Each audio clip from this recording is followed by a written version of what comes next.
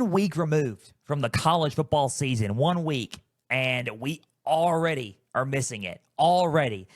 It has been kind of like, okay, like you're trying to fidget, like, okay, which game is on the TV, right? Or, and why can I not hear the packed out stadiums across college football? Is because you can't. It's empty. It's the dreaded word. It's off season. And a lot of people don't like hearing that word, but I dwell in that. I dwell in it. It's where I can thrive. It's where I can make my list, my conference standing projections. And it's where we can kick it off with a awesome Q&A that we're doing today. That's what we're doing, a postseason, 2024 college football postseason Q&A. You've asked a bunch of questions. I'm going to answer them. I'm ready to rock and roll with this so we can get right to the 2025 season. I am so pumped about this, and I'm ready to rock and roll as we get right to 2025 and march into it. But we got to go with the postseason Q&A for Pigskin Frenzy. Guys, welcome to Pigskin Frenzy on this beautiful Tuesday afternoon. Thank you for joining us. I'm Joel Norris, and whether you're watching on YouTube,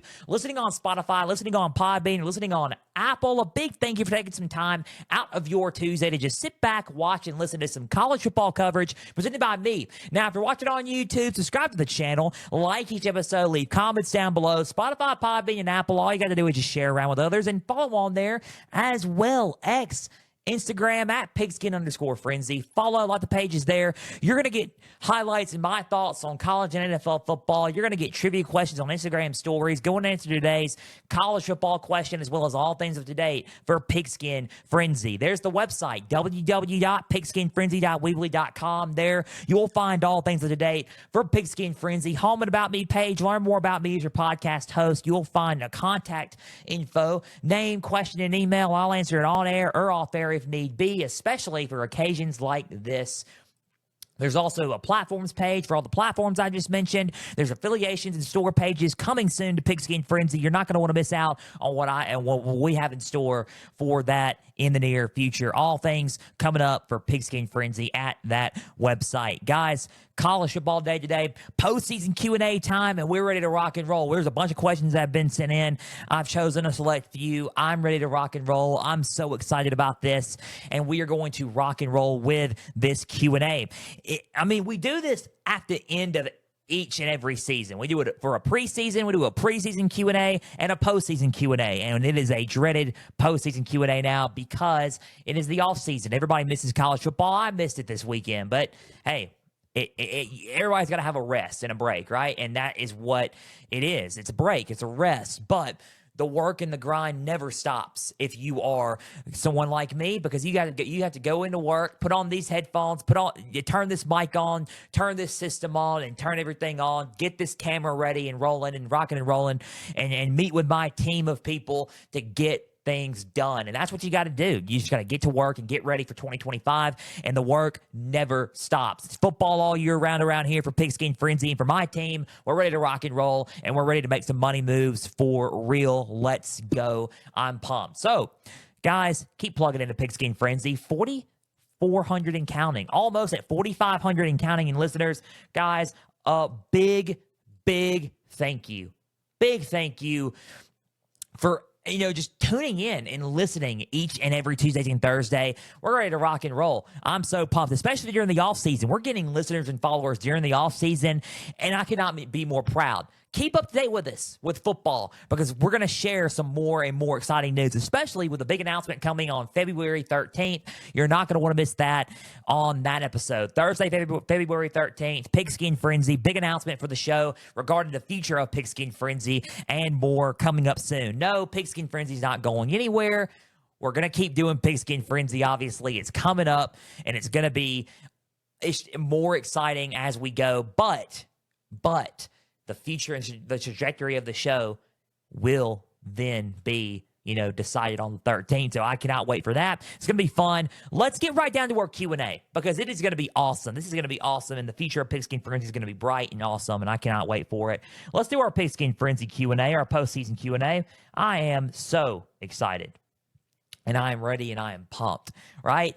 postseason Q&A, and we're going to kick it off with a very, very good question. Most of these are about the college football playoff and the formatting and the seeding and the scheduling for sure. The scheduling for sure has been a really, really iffy subject. A lot of people have had a lot of big time thoughts on this, especially on X and Instagram, and we're going to discuss it. I'm so excited to discuss it and give you my thoughts and my take on it, and we're going to talk about it here in a little bit. Let's kick it off with one big thing though, and let's talk about one question coming in, and it's a pretty basic question. We're going to kick it off here. Coming in here, was this season a failure for Ole Miss? That was the first question. Was this season a failure for Ole Miss? Now, Ole Miss question coming in. We only got 2 teams specifically, but majority of it is college football playoff related. So was this season a failure for Ole Miss? Here's how I look at it. I don't think it was a failure for Ole Miss. Hands down, I don't think this was a failure for Ole Miss by no means. I think this season was a successful season. I mean, they won 10 games, right? I mean, as far as we know, if we look at the Ole Miss schedule, and what they've done in football against Duke, they won 10-3, 10-win season. Did they go 11-2 like they did last year? They didn't have an 11-win season like they did last year. No, that was the most in program history. But the thing is, they defined a lot of the talk that I said. I said that when they mostly get hyped up, they don't deliver. And they usually go 8-5, 7-5, or 8-5, 9-4, something like that, or 7-5, 7-6. Their record usually just goes under after a big season, and then they get hyped up during the off season. This was necessarily not the case. They were hyped up, but they really didn't fail in a lot of ways. Now, granted, if you count the college football playoff and missing the playoff, that's a miss, then maybe, sure. But if you look at, getting double-digit wins, they got double-digit wins. They got a 10-win season. So I wouldn't consider this season a failure. I wouldn't consider this season a total bust. If you want to look at it that way, then it's your perspective, I guess, for Ole Miss and Ole Miss fans out there. But if you want to look at it from a perspective of a failure, I would look at it as what could have been for Ole Miss. Like, what could have been? Because, honestly, I'm not going to just sugarcoat the losses didn't hurt, because they did hurt. I mean, losing to Florida hurt. Losing to LSU hurt. Losing to Kentucky hurt. All those teams unranked. LSU was ranked at the time, but to finish the season off, they were unranked at the time, right? So if you want to put those pieces and those puzzles together, right, unranked. Kentucky didn't even make a bowl game. I think Kentucky was the one loss that got away from them. That was a what could have been win for them. That could have defined everything. Florida got hot at the end of the season. LSU kind of got hot mid-October after that win, went down, and then got hot again to end the season, to go into the next season. If you want to look at Kentucky, never got hot to begin with. They got beat down by South Carolina. They beat Ole Miss. Then they just got blown out by a lot of other teams throughout the year, and it just didn't. It wasn't their season. They weren't even bowl eligible. They weren't even close to reaching bowl eligibility. So it was definitely a what could have been season in the National Championship and college football playoff picture, but it wasn't a failure of a season. It was just a what could have been type season for Ole Miss. But I love your question. I think Ole Miss is going to be an interesting case to look at going into the spring, and talent-wise, and how they're going to bounce back after going 10-3, and what's it going to look like with Austin Simmons most likely going to be the starting quarterback for this team, with Caden Lee at wide receiver. What's their running back situation going to look like? What are they going to look like on the defense front? It's going to be an interesting scenario. They're losing a lot of guys, and I think I'm trying to see how they're going to bounce back and how they are going to, run that trajectory. And we're going to do a spring outlook on Ole Miss. Trust me, I think that's going to be a very good spring outlook. And I've already made a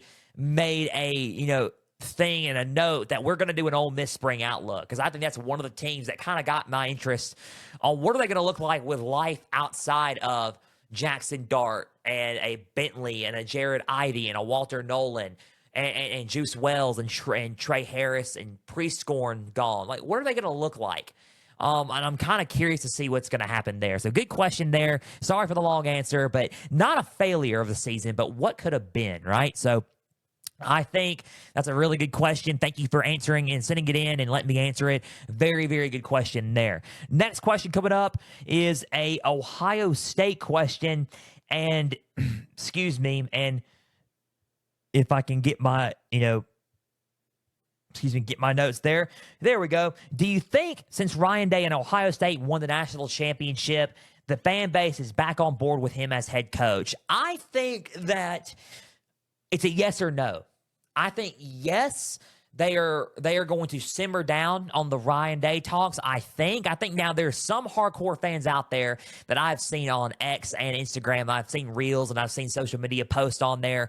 They are posting about Ryan Day leaving and getting fired, and he's not the future of the program and all this stuff. I think that's a load of poppycock. That's what I think. I think that is a load of hooey, a load of malarkey, baloney, whatever you want to say. I think Ryan Day is the future of Ohio State. I think we should acknowledge, no pun intended, a WWE Roman Reigns reference here. We should acknowledge, as I'm raising the one up, acknowledge Ryan Day as head coach of Ohio State football and national champion. I think that Ryan Day is the future of the program, and he is going to bounce back and consistently make them in it, because that is what they have had even before they won the national championship. He is now an active member of the active national championship members club, along with Kirby Smart and Dabo Swinney from Georgia and Clemson, respectively. He is an active national champion head coach. He has done a great job at running that program and recruiting and transfer portaling and recruiting in the portal, recruiting high school-wise, and strategically building that roster with NIL. He's done a phenomenal job of using the resources there and winning ball games on top of that.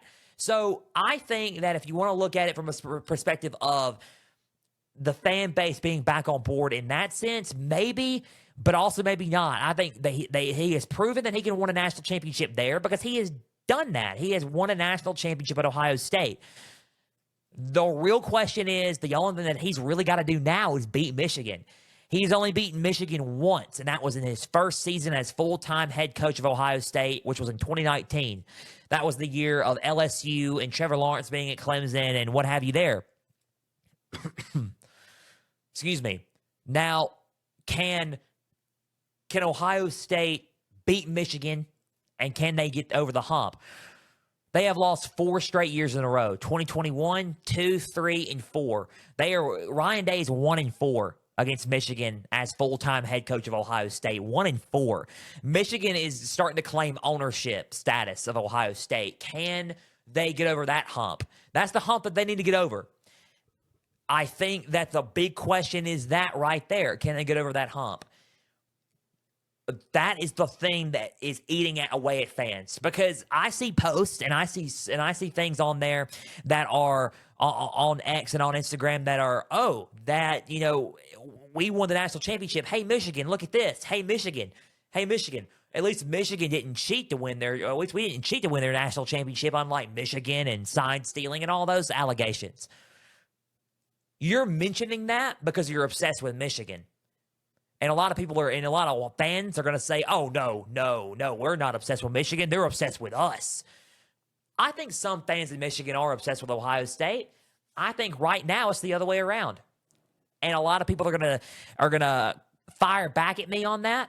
But I think Ohio State is obsessed with Michigan right now. It is eating away at them that they are losing 4 straight years in a row. 4. Could it be 5? I don't know.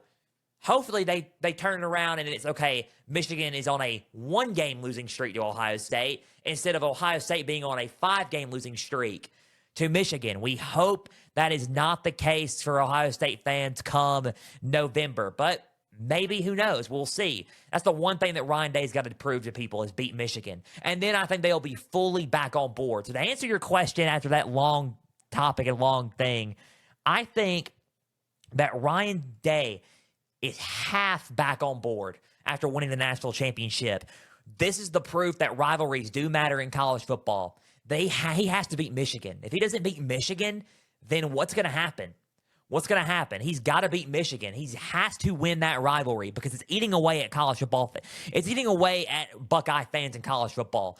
They have to win the game. If they don't win the game, then what's their season going to look like if they even don't win a national title? The national title made their season. It redeemed their season, yes.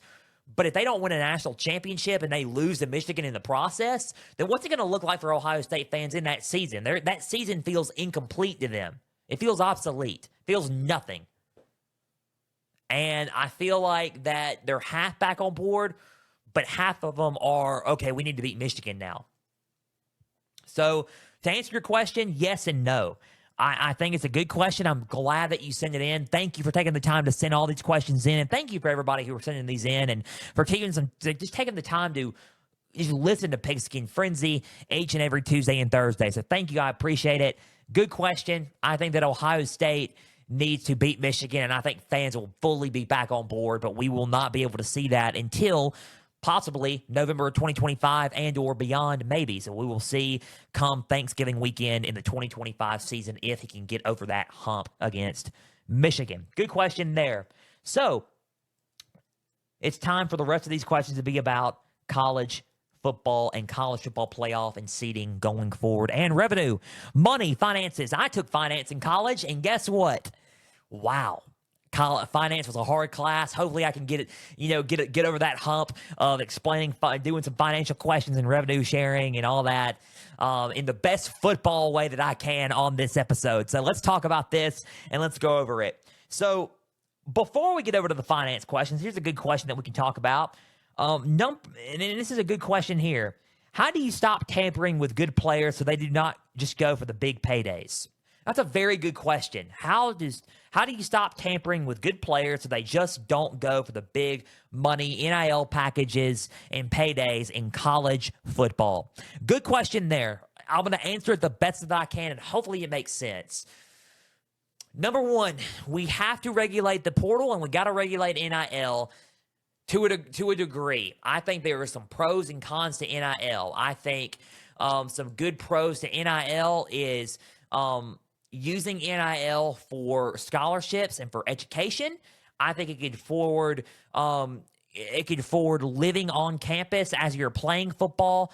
When you're in your apartment and you need something to drink and you need something to eat, you can go get some food with some money and live on campus, on your on-campus apartment or dormitory or wherever you are, and you live off of that money for food, gas, and living expenses while you're in college, and it helps with your education. I think those are some good pros about NIL.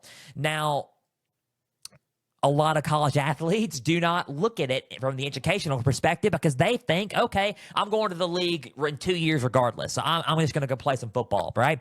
So if you want to look at it from a tampering free agent perspective, you got to get a hold of some guidelines on NIL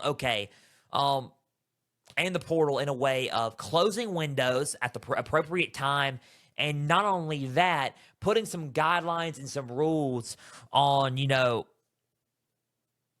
on certain players to a degree of locking in deals, right? I think that, and here's a good way of putting it, I guess. I think you need to have some guidelines of, number one, make it illegal to contact anybody if they have not entered the transfer portal. I think if they have not entered the portal, legally have not entered their name and put their name on pen right here, signed their name into the portal, make it illegal. Make it illegal for people to contact them and then punish the teams and representatives who have done so. I think those are some guidelines there that you can add for tampering. I think that losing NIL money and valuation and collective and earnings could be in the process. I think it would be a good rule and good guideline if somebody does talk and try to approach a player if they have not entered the portal and they are on another team.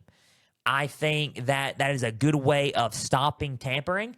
I think adding some regulation and some guidelines to the transfer portal also would be helpful of stopping tampering. I think that in a way, because I am in the old school mindset of how I grew up watching college football as a fan growing up when I was little. I grew up watching the BCS era, which means we had a computer decide on who's going to be in the team, who's going to be in the in the national championship, right? I think that before NIL, before everything, people were doing it illegally to begin with. I think that tampering now is more out in the open. So a lot of people aren't really focused on putting guidelines and rules behind it. I know it's not fair, but a lot of people are not even focused on putting some guidelines and rules behind it because of the, they were doing it behind the scenes back then. Now we're making it a legal thing, so now we can do it, right? To me, it doesn't make it right. I think that there should be some guidelines and some more rules in set to stop with tampering, and it involves the portal and it involves NIL. And I think those are the guidelines that we need to take to stop tampering. One would be to make it illegal and take away money and NIL earnings from the teams that are trying to approach a player who has not entered the portal yet. And put some guidelines on the portal for sure, because I think that is what needs to come soon. I agree. I saw somebody said that there needs to be one window, and it's after the national championship with transfer portal. I wholeheartedly agree with that. I think that the portal needs to have one window, and it should be after the national championship and bowl season's over with. I think when the offseason hits, the transfer portal window for college opens. And I think that is a good way of doing it. And I think it needs to happen in the spring. If it needs to happen after spring ball, do it then. But I think there needs to be one window. It's spring ball. And if you want to enter the portal then, you enter the portal then. But I think that's the way to do it. Those are my rules and guidelines to stop tampering. I hope that answers your question and that makes sense. Sorry for the long answer, but that's a good question that you sent in. Thank you for sending that in. Very, very good question there. So good question there. Should college football have a salary cap so teams can't just go buy a championship? So I think I am the old school way of how it used to be looked at, of recruiting always matters. But now there's more stuff coming to light because, look, a lot of people back in the day recruited and paid players to come to the SEC. That's why the SEC did it all the time. And a lot of media reporters are right on that. SEC did pay players to come. So did the Big Ten players. So did Big Ten schools. Big Ten schools did it. Everybody's done it. Now it's just illegal to do it. It was illegal to do that in the open. Now it's illegal to do that. There's no more rules and restrictions on doing that. A lot of people buy their roster to do it. So should they have a salary cap? I think to a limit, yes. I think they should have a salary cap on what pieces that rosters need to be filled with.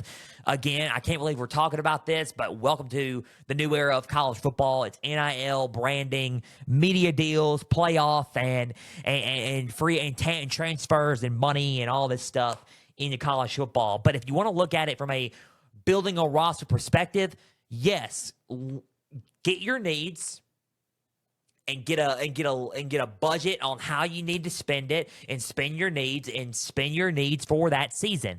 I think to make it competitive, yeah, I think it would be more a competitive way and strategic way of doing it rather than just using all your NIL money and going all in on everything going there, right? Just flowing out the money for everything. Set a salary cap, and if you spent your budget and you spent your budget for that season, that's how you end it, and that's how you do it. I think that's a good way of doing it. It's a good salary cap. Of having a salary cap probably does need to happen in college football eventually. I can't believe I'm saying that, but if we're going to continue down this path and road, that is what we need, and that is what we're going to do, right? And that's what we're going to have, and I think that's what we should have for college football. So to not just overflow your roster and overpower your roster and just buy your way to it, but yeah, I agree with that. I think Ohio State strategically did out perfect. I think that in the new way of college football, it is perfect to go buy your roster and to go strategically plan your roster out, which is it's buying your roster, but it's also how you earn national championships nowadays. It's not really going to buy a national championship. You play on the field to earn your championship, but to buy your roster to try to get to earn your title, it's how college football works nowadays, unfortunately, and I think that's what we need to embrace. So, good question there. I think they do need to have a salary cap, yes.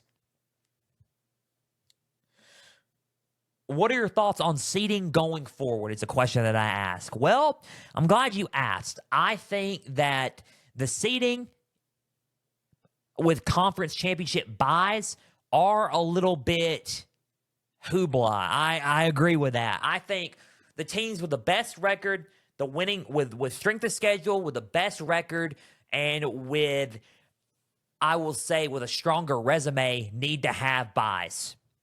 So, for example, Oregon was number 1 and undefeated at the time the college football playoff happened, the 12-team playoff happened, right?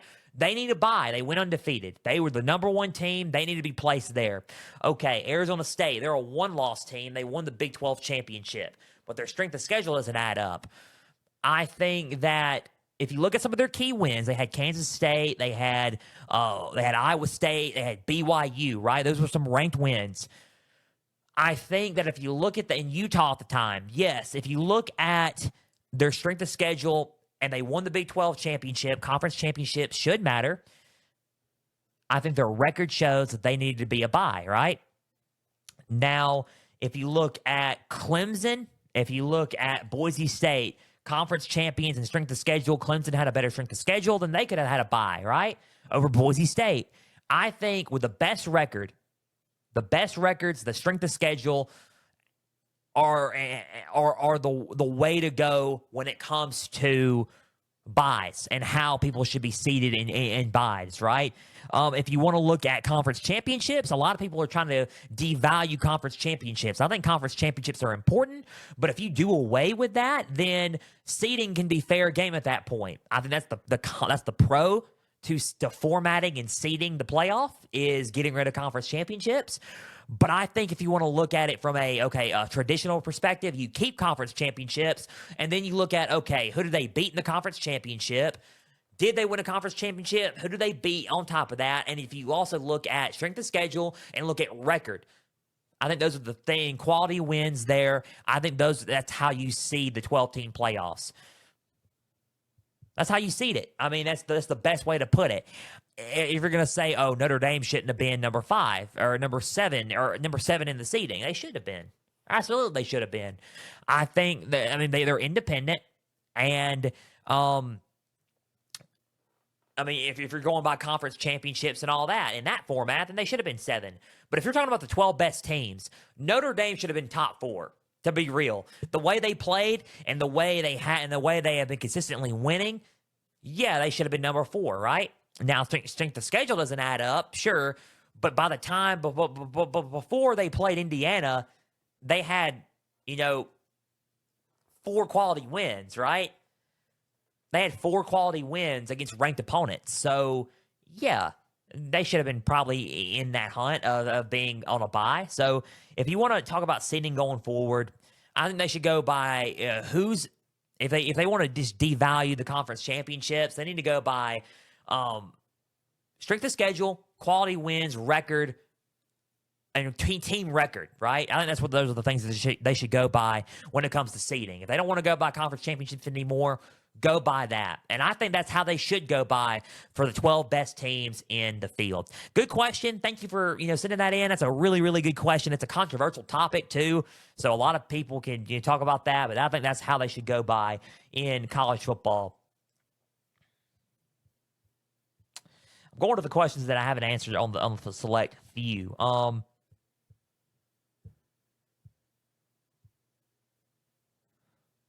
I have about, I think, 4 more questions. Or 5 more, right? 5. In the revenue sharing model, has the SEC's run of dominance come to an end? In the revenue sharing model, meaning NIL or, what's going on in college football there, I don't think it's come, I don't think maybe the run of dominance per se has come to an end, but I don't think the SEC itself is coming to an end. I think the SEC has now entered a playing field in the new era of college football to which they're not used to yet. I think that they are in a competitive era to where, okay, it's a level, even playing field with the Big Ten and Big 12, and a lot of teams now have that advantage of using the portal just like the SEC has and using NIL just like the SEC has. Now that it is a legal thing, a very legal, out in the open thing to where you can pay players to come play college football, it's all out in the open. In Johnny Manziel's interview with Shannon Sharp, he said that there was a quote-unquote bag man in a lot of these programs in the SEC. And there was. Paying players was a very illegal thing, but it happened behind the scenes in college football. Now it's out in the open. It's out in the open. It's a legal thing. Anybody can do name, image, and likeness, which is paying players to play football. In the revenue sharing model for college football now, the SEC's dominance probably has come to an end to an extent, but I do believe that it's an even level playing field, and I don't think the SEC's out of it completely. I think the SEC still got some pull, some dominance in that negotiating pool, and there's still some of the top talent is still coming from the SEC. So no, it's not dead, but the dominance may be over in this model. So that's a good question that you asked. I think that the reign of terror may have come to an end, year after year after year, but some of the best teams are still going to be in that conference each and every year in the hunt for the college football playoff. So good question there. Very good question. It's come to an end maybe, but they're still in it. They're still in the hunt every year. So good question there. Thank you for asking and answering that one. Really, really good one there. What are your thoughts now on the playoff format? Do you think that there will be any changes to the college football playoff format next season? There will be no changes in the format next season. However, do I expect there to be talks moving forward for more changes for the format in the coming years regarding teams and all that? I expect that to be a big topic in the next few years. Now, next season, it will be a 12-team playoff, and I don't think they're going to change anything next season, but I think there will be more talks and discussions about it. I think that there's going to have to be. I think that the playoff format now is, especially how they did it in this season, was a little bit right? And let me go on and say this, because this aligns with scheduling too, and we're going to talk about the scheduling there too as well.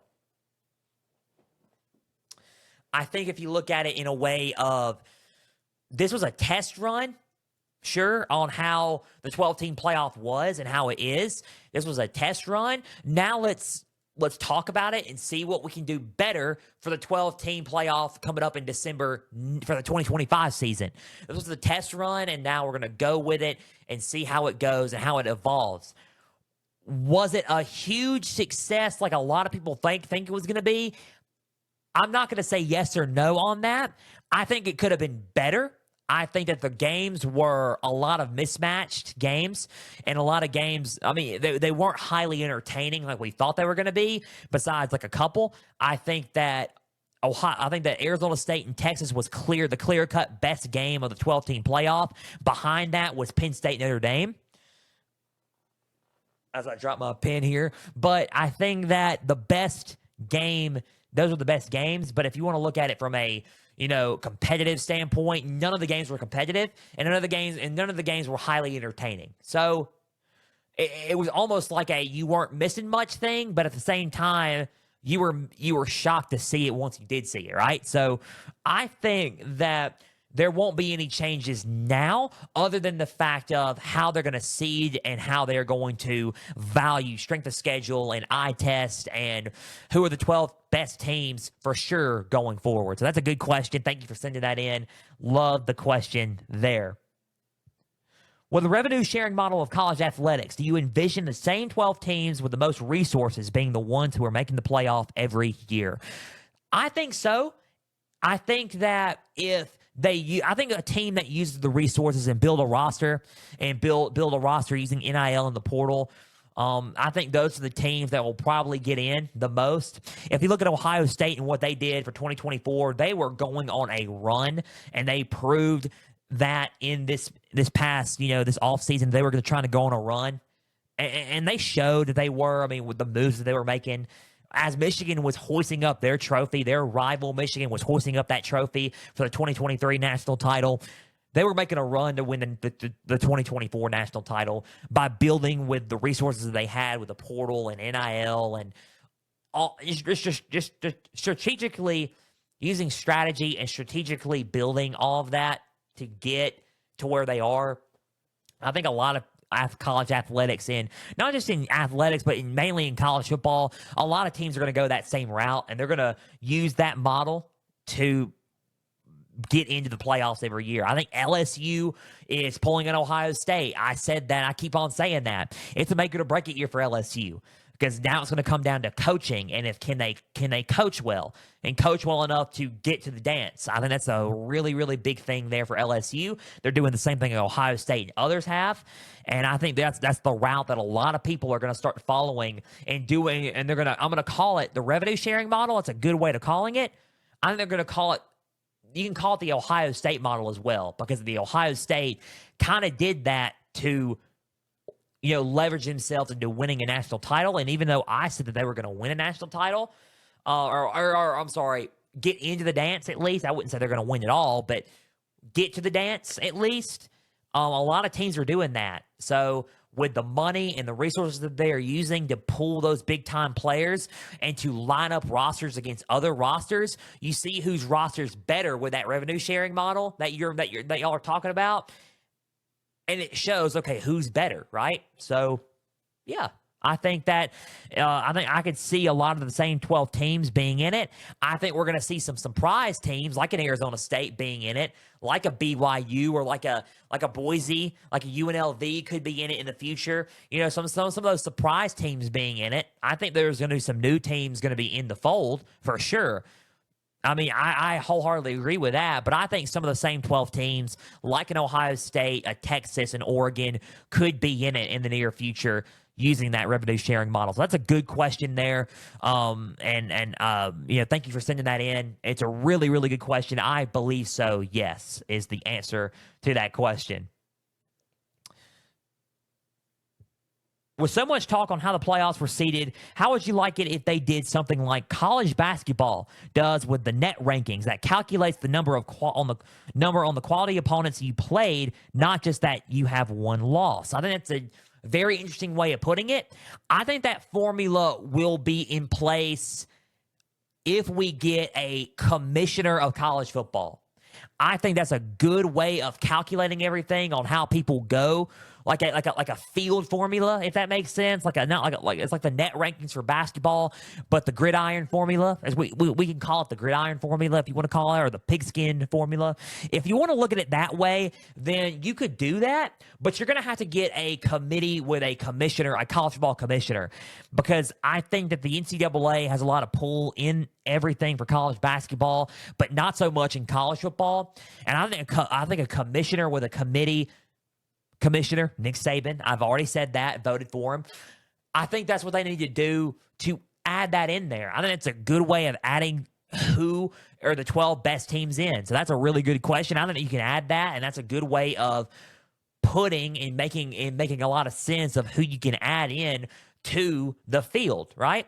I think a lot of teams did not play quality opponents in this field. You look at Indiana, they didn't play a whole lot of quality opponents, but their two quality losses that they've had was against the two teams that played each other in the national championship. So, I mean, you shrug, but it's like it's hard to discount that, right? But I think something like the net rankings that college basketball does to get people into March Madness would be a good way of getting people into the 12-team playoffs in December. So that's a good way of doing it, and I am all for that if we can try to make that happen. So good question there. I agree. I think that's a good way of making that happen. So good question there. Hopefully that's a good answer. I like college basketball, and I like watching the entertainment aspect of it, but I need to dive deep into more of the net rankings to answer more into a in-depth question. But if you want to look at it as a quality opponents, right, with that, I think college ball needs that to a degree. I think the committee needs to look in and value that a lot more. So I agree with that. Good question there. What would you say if the college ball playoff decided to mix it up by the voting by giving the AP poll, let's just say 15%, the coaches poll 15%, while the committee gets the rest? You add them up to get your top 12. I think if you do that, and this could also play back into the net rankings too, you are also going back with a computer-based model, which they were trying to get rid of that to begin with. And I think the net ranking is a good idea if it's decided by a committee and a bunch of people and value quality of wins. I think to get your top 12, if you value the AP poll and value what those polls do. Now, the coaches poll, decided by coaches. But if you're talking about the AP poll and people voting, they vote on it. I don't know. I just worry about the computers getting involved again, and that's my only question about it and only thing about it. I think if you want to add percentages to it, I'm not going to be against it. I'm going to be curious about it, but not be against it totally. I think that we need a committee. A committee, and this is what I think that needs to happen to answer your question on this. What we need is a committee. And I'm not talking about just a committee for college football in the playoff. I'm talking about the committee decides the playoffs with the commissioner, yes. I think that we need a committee that oversees college football. I think we need a committee that oversees NIL, that oversees the transfer portal, that oversees recruiting, that oversees rankings, that oversees the college football playoff and how bowl games, even bowl games in general, like, regular non-playoff and New Year's Six bowl games and bowl season in general, that decides bowl games, decides everything. The NCAA no longer has full power and has any leverage of power or pull in college football. College football has become so powerful that we need a committee to run it. And we don't have a committee running college football right now. The playoff committee decides the playoffs and bowl games, but we need more than that. We need recruiting rules. We need tampering rules. We need NIL rules and regulations and guidelines, and we need transfer guidelines. So to answer your question on the voting on who the 12 best teams are, I don't think we should mix it up with anything. I think we need a committee to oversee everything and a commissioner to oversee everything, and the commissioner gets the final say on everything. Nick Saban is the one I want. I think he is the hero of everything, and he will lay down the law in college football. So to answer your question on that, that's what I think we need to decide on who the 12 best teams are and who the best teams in general in college football are. So to answer your question on that, that's a good question. I love that. Thank you for sending that in here for the postseason Q&A. Now, I think we have excuse me, one more question. Yeah, we have one more question. What do you think of the scheduling moving forward for the college football playoff? This is the last question for the postseason Q&A. The scheduling is rough. I will say it is good for people like me because I still have juice and energy into college football. It's my passion. It's the greatest sport on earth. I love it with a passion, and I will always have a never-ending love and a never dying passion for college football. So I was pumped to cover this national championship game on January 20th. It's a late game, but sure.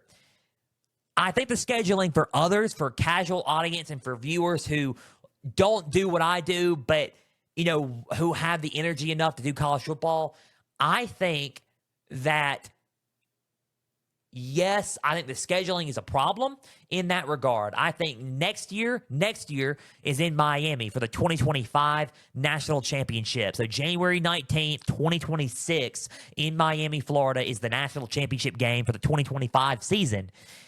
It's a falling around divisional round in the NFL playoffs. The next season is in Las Vegas for the 2026 National Championship for that season on January 25th, 2027 in Las Vegas. So when you look at it that way, that's not only going past divisional round, you're going into the conference championship weekend for the NFL playoffs for those teams to decide who's going to go to the Super Bowl. That's when the national championship for college football is. It's too late. It's the last week of January. You're going deeper into recruiting, and that's when recruiting season happens for football, for college football, and you're going deeper into it, and you're going to lose more and more ratings doing it that way. A lot of guys and a lot of people like us, we have the juice and the energy for it. A lot of people do not have the juice and energy for it like we do. So I think College Football Playoff Committee needs to understand that their casual audience may not can handle football up until the last from the last week of August to the last week of January going into February. That's a lot of college football. And then you have recruiting in February. You have spring games happening 2 months after that. And then you have a break and then a summer break, and then you have college football back. So listen, you love college football, and I love college football as much as the next guy. But you got to have a gap, and you got to have a break in between that. So my thoughts on the scheduling going forward is I would change it up. One of the ideas that I proposed to my family when I was talking about it was if you get rid of conference championships, which sucks for me because I love tradition, right? You get rid of that. You have the selection show of the 12 best teams on Thanksgiving weekend, the day after Rivalry Saturday, after Showdown Saturday here on Pigskin Frenzy. We have Showdown Saturday. That Sunday, we have the final rankings, and we have the 12 best teams in. That weekend, where conference championships are normally played on the first weekend of December, we have first-round home playoff games. Then the next weekend, we have quarterfinal games that are bowl games. We decide bowl games right after that, right? So bowl games and quarterfinal games, all that happened on that weekend, the next weekend. That's the weekend of the Heisman Trophy ceremony and when Army and Navy are played. Army and Navy, by the way, moved to the opening weekend. They play each other as opening opponents permanently. In the opener, that's their opener every year against each other. Army and Navy is each other's opener every year.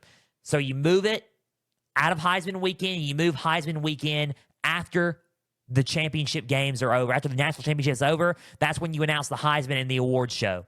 I'll get to that in a minute. You have the quarterfinals, the Heisman, where the Heisman falls on and where the Army-Navy game usually falls on. The 20th and 21st, around that weekend, the week before Christmas, you have the semifinal games. You have the semifinal games, and you have who are those two teams are in. And then you have Christmas off. Christmas is off. It's done. It's over with, right? You have that off. And then after that, you have Christmas off. And then New Year's Eve or New Year's is when the national championship is played on. On New Year's Eve or New Year's every year is when the national championship is played. So, and not only that, you get to evolve it around who gets the nod out of the New Year's Six bowls. I think that if you want to look at the Rose Bowl, I think the Rose Bowl should be the permanent site. The Rose Bowl trophy and the national championship should be on the line in the same game. The Rose Bowl should be the permanent site for the national championship game. I know it's going to get a little tiresome for a lot of people, but it's tradition. And I love the Rose Bowl being played on New Year's. So let that be the national championship, hunt. So that's how I view it. You get rid of conference championships. You have the national championship on January 1st, on New Year's. You have the Rose Bowl on New Year's as the permanent site for the national championship game. You move the Army-Navy game to the opener. You get rid of conference championships. You put the awards show after the national championship around mid-January, and that's how you end the college football season around New Year's. That's how you do it. You got to get rid of something. And I think conference championships are becoming more and more of a problem to a lot of people in college football. And it's causing a lot more harm than good, apparently, according to Oregon. Oregon won the Big Ten championship, and they got the worst seeding out of everybody. So, to a lot of people, in a lot of people's opinions, it's causing more harm than good. So, if you want to get rid of something, get rid of that. I would hate to get rid of conference championships because I'm a traditionalist, and I love college football tradition, but that's how you do scheduling going forward, in my opinion. Guys, let me know what you think about everything going forward with the college football playoff and the way college football is going forward in the comments. Message me on X, message me on Instagram at Pigskin_Frenzy on both channels, and comment down below on this YouTube video as well, and follow and subscribe on all platforms, all audio platforms as well for this show. Thank you for everybody sending in these questions. These were great postseason Q&A questions. That is all the time that we got for Pigskin Frenzy today. Guys, a big thank you for taking some time out of your Tuesday to just sit back, watch and listen to some college football coverage presented by me. If you're watching me on YouTube, subscribe to the channel, like each episode, leave comments down below. Spotify, Podbean, Apple, all you got to do is just share around with others and follow on there as well.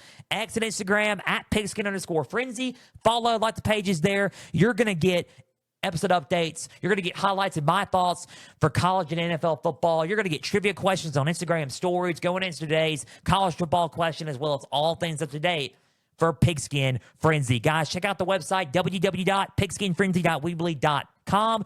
We will be back Thursday with a Conference Championship Sunday recap from the AFC and NFC Championship games. We're going to talk about and kind of, recap and discuss Bleacher Report's article that they put out on one sentence for all 32 NFL teams, on the future of all 32 NFL teams and what the future for each team holds going forward for the 2025 season and beyond. We're going to discuss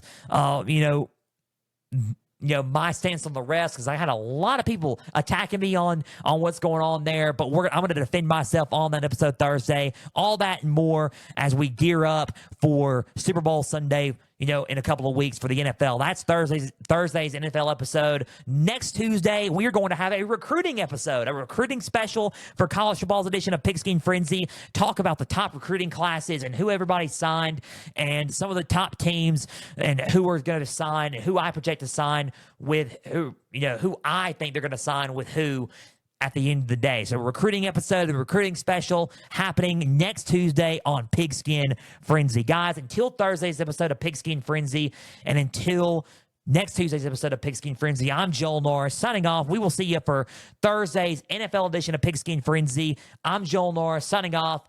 We're praying for you all. The Lord is with you all. We couldn't do this show without Jesus. We thank him each and every day, and we praise him, and praise be to him for allowing us to give us the platform to do this show each and every week.